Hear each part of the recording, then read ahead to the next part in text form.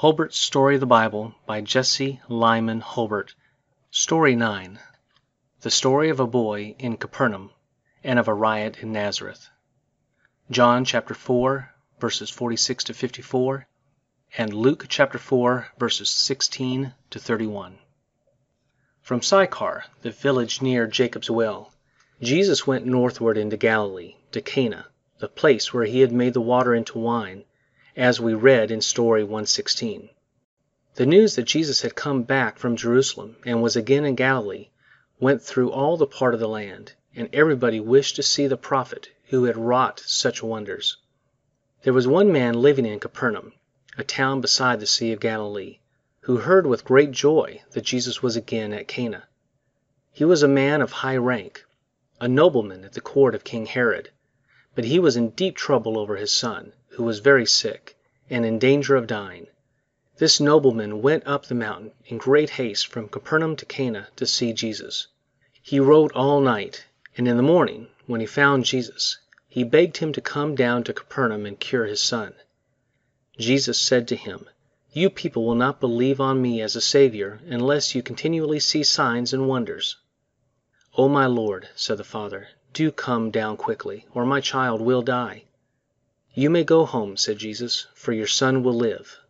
The man believed the words of Jesus and went home, but he did not hurry, nor did he ask Jesus to go with him. The next morning, as he was going down the mountain, his servants met him and said, "Master, your son is living and is better." "At what hour did he begin to grow better?" asked the nobleman. "It was yesterday at 7 o'clock in the morning, when the fever left him," they answered.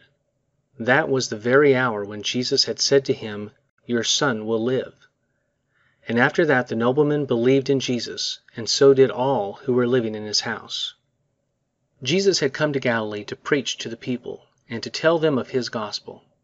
He thought that he would begin his preaching in the town of Nazareth, where he had lived so many years, where his brothers and sisters were still living, and where all the people had known him. He loved the men who had played with him when he and they were boys together, and he longed to give them the first news of his gospel. So Jesus went to Nazareth. And, as on the Sabbath days he had always worshipped in the synagogue, he went to that place once more. He was no longer the carpenter, but the teacher, the prophet, of whom all in the land were talking, and the synagogue was filled with people eager to hear him, and especially hoping to see him do some wonderful works. Seated on the floor before him were men who had known him since he was a little boy, and perhaps some of his own sisters who were looking down from the gallery behind the lattice screen. Jesus stood up to show that he wished to read from the Scriptures, and the officer who had the care of the books handed him the scroll of the prophet Isaiah. Jesus turned to the 61st chapter, and from it read, "The Spirit of the Lord is upon me, because he hath anointed me to preach good tidings to the poor. He hath sent me to proclaim freedom to the captives, and recovering of sight to the blind, to set at liberty those who are bruised, and to proclaim the year of God's grace to men." When Jesus had read these words, he rolled up the book and gave it again to the keeper of the rolls, and sat down. For in the synagogue a man stood up to read the Bible, and sat down to speak to the people. He began by saying, "This day this word of the Lord has come to pass before you." And then he showed how he had been sent to preach to the poor, to set the captives free, to give sight to the blind, to comfort those in trouble, and to tell men the good news of God's grace.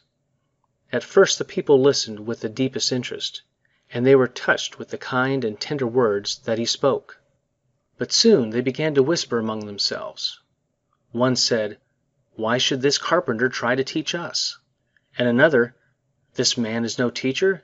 He is only the son of Joseph. We know his brothers and his sisters are living here." And some began to say, "Why does he not do here the wonders that they say he has done in other places? We want to see some of his miracles." Jesus knew their thoughts, and he said, "I know that you will say to me, 'Let us see a miracle like that on the nobleman's son in Capernaum.' Of a truth, I say to you, no prophet has honor among his own people. You remember what is told of Elijah the prophet, when the heavens were shut up and there was no rain for 3 years and 6 months. There were many widows in the land of Israel at that time, but Elijah was not sent by the Lord to see any one of them. The Lord sent him out of the land to Zarephath, a town near Zidon, to a widow there, and there he wrought his miracles. And in the time of Elisha the prophet, there were many lepers in Israel that Elisha might have cured. But the only leper that Elisha made well was Naaman the Syrian.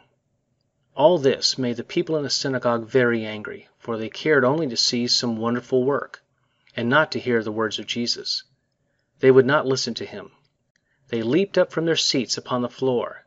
They laid hold of Jesus and dragged him outdoors. They then took him up to the top of a hill above the city, and they would have thrown him down to his death. But Jesus, by the power of God, slipped quietly out of their hands and went away, for the time for him to die had not yet come. Very sadly, Jesus went away from Nazareth, for he had longed to bring God's blessings to his own people. He walked down the mountains to the city of Capernaum by the seashore, and there on the Sabbath days he taught the people in the synagogues. You can read the story of Elijah the prophet and the woman of Zarephath in Story 76.